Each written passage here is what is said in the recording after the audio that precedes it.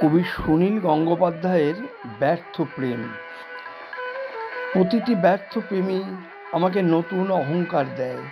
আমি মানুষ হিসেবে একটু লম্বা হয়ে উঠি।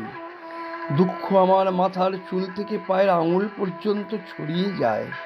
আমি সমস্ত মানুষের থেকে আলাদা হয়ে এক অচেনা রাস্তা দিয়ে ধীর পায়ে হেঁটে যাই। সার্থক মানুষদের আরও চাই মুখ, আমার সহ্য হয় না। আমি পথের কুকুরকে বিস্কুট কিনে দিই, রিক্সাওয়ালাকে দিই সিগারেট। অন্ধ মানুষের সাদা লাঠি আমার পায়ের কাছে খসে পড়ে। আমার দুহাত ভর্তি অঢেল দয়া। আমাকে কেউ ফিরিয়ে দিয়েছে বলে গোটা দুনিয়াটাকে মনে হয় খুব আপন। আমি বাড়ি থেকে বেরোই নতুন কাঁচা প্যান্ট শার্ট পরে। আমার সদ্য দাড়ি কামানো নরম মুখখানিকে আমি নিজেই আদর করি, খুব গোপনে।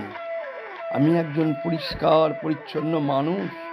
আমার সর্বাঙ্গে কোথাও একটুও ময়লা নেই।